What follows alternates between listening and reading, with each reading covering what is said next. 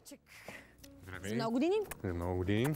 Жив и здрав! И ти също, всичко Не най-хубаво. искам да видя ядене, но ми мирише вкусно и пак май ще искам да ям. Да, ще трябва да оползотворим и това, което ни е останало от трапезата. Това ли ще направим да, сега? днес ще дам някои идеи какво да направим набързо с продуктите и ястията, които са ни останали от празниците. Добре. Едното ще бъде пиле с сушени плодове. Пилето може да се замени с свинско, с пуйка, каквото месо сме имали. Сушените плодове се отушават. Ето ги. Да. Накиснат съм ги в малко бульон, за да умекнат. Добре. Така, загрявам малко масло. В него ще задуша морков лук. Масълцето. Масълцето. За да има ефекта на задушаване, малко от бульона. Така. Бе, Ивана, защо така мирише хубаво, като се готви, бе, да му се не види? Така е. Само се изкушава. Не е случайно и мен кучетата ми изпращат вечер до вратата. Надушват ме кой съм. Така. Така. Сложи месце. Месцето, да. Няма да вкусявам тази смес, защото се предполага, че месото, след като веднъж вече е било сготвено, е било вкусено. Така. Слагам го и него там. Как изкара празниците? Хубаво. Хубаво и да сте живи и здрави ти и хората като теб. Благодаря. Добре се грижихте за мен. После обаче ще трябва да се погрижим и за друго. Да, трябва. Така.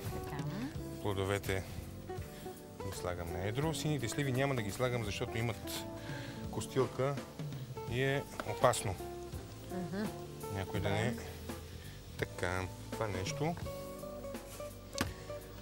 Задушавам го съвсем за кратко, колкото да умекнат лука и морковите и да си пуснат миризмата. Така ще го отстраня. Вече си е пуснат. Нали? Усеща се. Така, в същия тиган ще сложа пак. А това какво вече? Довършено ли е това? Не, сега ще го сглобя. Малко масълце. Предполагаме, че сме имали гарнитура. Картофена салата, картофи, каквото и да е. Настъргана на рендето. Отива тук, да се овкуси за малко. Това си е картофена салата, нали? Да, картофена салата, но просто малко съм я настъргал, за да стане по-ситна. Овкусявам шарена сол, чубрица, кой каквото обича. Червен пипер. Така. Това нещо, като усетим, че започва да мирише, ще го сложа за подложка на нашия пай. Ого, пай? Пай, да. Така. Хубаво звучи. Нашия пай. Значи отдолу картофеното пюре или салата, задушено с малко масълце. Дори си мисля, че и с ориз ще стане. Шарена сол. Може, да. Или подправки по избор. И? Сега, тук ще накъсам от твоята любима подправка. Да. Розмарин на едро. Много обичам. Въобще, тук е въпрос вече на личен вкус. И? Какво ще правим? Слагам го върху това, върху подложката. Така. След това, останало ни от питката, от някакви брускети, от каквото и да е, малко разбити яйца. Взимаме сухарчетата. Ако се наложи, ще ги изпечем. Нали? Но в случая са... Питка обикновено остава и въобще хляб остава, защото се правят много. Въпросът е да е леко изсъхно. Така, слагаш ги в яйца, разбиваш ги. Разсвеща това нещо отгоре.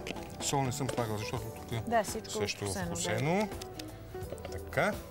Това нещо отива за около 30 минути на 140 градуса, за да получим ето това. После ще го опиташ да видиш, че е много вкусно. Това хрупкавко ли е станало? Да. Коричка е станала отгоре. Да. Така, продължаваме нататък. Чакай сега да видим само рецептата, ако искаш, и след това ще продължим. Добре. Рецептата виждаме ли, колеги? Да. Ето е. Чакай, аз няма как да виждам. Надявам се зрителите да виждат. Добре. Ето отдолу е картофеното пюре, се вижда. Да. Птиче месо, глава лук, масло, бяло вино, 1 картоф, кротони, 2 яйца, ушав.